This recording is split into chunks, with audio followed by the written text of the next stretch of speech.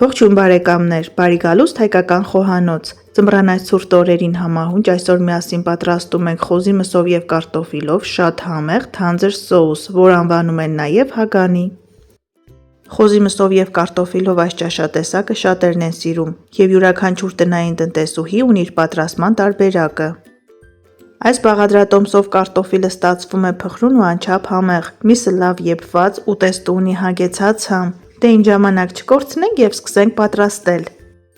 Սիրելիները, չենք մոռանում հավանել տեսանյութը եւ ընկերների հետ կիսվել այս համեղ ուտեստի բաղադրատոմսով։ Եվ եթե մինչև այժմ չեք բաժանորդագրվել հայկական խոհանոց ալիքին, խնդրում եմ անպայման բաժանորդագրվեք։ Մեզ անհրաժեշտ է 1 կիլոգրամ խոզի փափկամիս, այստեղ 2 կիլոգրամ է, ոսկրոտ հատվածները ես չեմ օգտագործում։ Միսը լվանալուց հետո չորացնում ենք, այնուհետև բաժանում ենք այսպիսի ոչ շատ մանր կտորների։ Բարեկամներ, սոուս կարելի է պատրաստել վերցնելով ցանկացած տեսակի միս։ Իմ ալիքում կարող եք գտնել հավի մսով եւ տավարի մսով եւս 2 հրաշալի բաղադրատոմս։ Բաղադրատոմսերի հղումները կթողնեմ նկարագրությունների բաժնում։ Կիսալուսնաձև կտրատում ենք 2-ից 3 գլուխ սոխ։ Որքան սոխը առատ է լինում, այնքան ուտեստը ավելի համեղ է ստացվում։ Խոշոր կտորների ենք բաժանում 1.5 կիլոգրամ կարտոֆիլ։ Եթե ձեզ մոտ կարտոֆիլը մանր է, կարող եք կիսել կամ հենց այդպես էլ ավելացնել։ Թավայի մեջ լցնում ենք մի փոքր բուսայուղ, ավելացնում ենք կարտոֆիլը եւ տապակում ենք 5-ից 7 րոպե, այնքան որ կարտոֆիլը մի փոքր կարմրի։ Կարտոֆիլը նախ տապակում ենք, այնուհետև շոգեխաշում ենք մսի հետ միասին։ Այս եղանակով պատրաստված սոուսը շատ անգամ ավելի համեղ է ստացվում։ Ղոչաղներ ջան, դե եկեք մեկնաբանությունների բաժնում գրեք, թե դուք ինչպես եք պատրաստում խոզի մսով եւ կարտոֆիլով այս ուտեստը, շատ հետաքրքիր է։ Հաջորդ բաղադրատոմսը կարող է նաեւ լինել ձերը։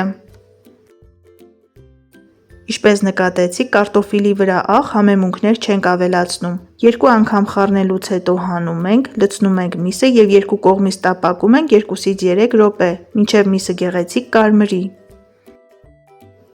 Քանի որ խոզի միսը բավականին ճարպ է պարունակում, խորհուրդ կտամ բաղադրիչները տապակել բուսայուղով, այդպես կստանաք ավելի թեթև ու համեղ ուտեստ։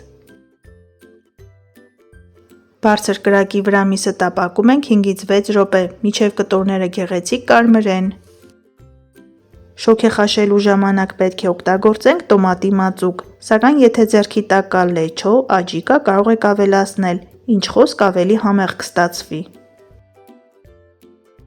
Մսակտորները մի կողմից տապակվելուց հետո շրջում ենք եւ ավելացնում ենք համեմունքները։ Ես օգտագործում եմ աղ, կարմիր քաղցր եւ սև պղպեղներ։ Դուք կարող եք ավելացնել ձեր նախընտրած համեմունքները։ Ավելացնում ենք կիսալուսնաձև կտրտած սոխը եւ մսի հետ տապակում ենք 2-ից 3 րոպե։ Չեք պատկերացնի, արդեն իսկ ինչ անուշ է բուրում։ Տարբերվող պիկանտ համ ստանալու համար ավելացնում եմ չորացրած ծիտրոն, կարող եք ավելացնել նաև չոր ռեհան, ըստ ձեր ցանկության։ Այսպես մի լավ խառնում ենք, որպեսզի համերը համադրվեն, ավելացնում ենք 2-ից 3 ճաշի գթալ տոմատի մածուկ եւ կես լիտր եռման ջուր։ Եթե տոմատի մածուկը խիտ է, կարող եք ավելացնել ընդամենը 2 ճաշի գթալ։ Ես սիրում եմ, երբ սոուսը թանձր է լինում, այդ պատճառով ավելացնում եմ 500 մլ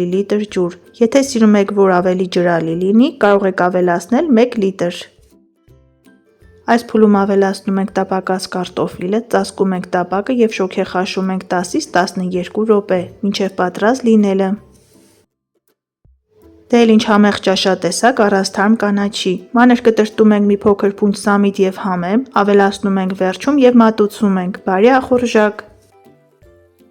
Դե ինչ բարեկամներ, այսօր էլ խոզի մսով եւ կարտոֆիլով նման համեղ սոուսի բաղադրատոմս։ Դուք էլ պատրաստեք այս տարբերակով, սնվեք առողջ եւ եղեք օրհնված։ Ցտեսություն, կհանդիպենք հաջորդ տեսանյութերում։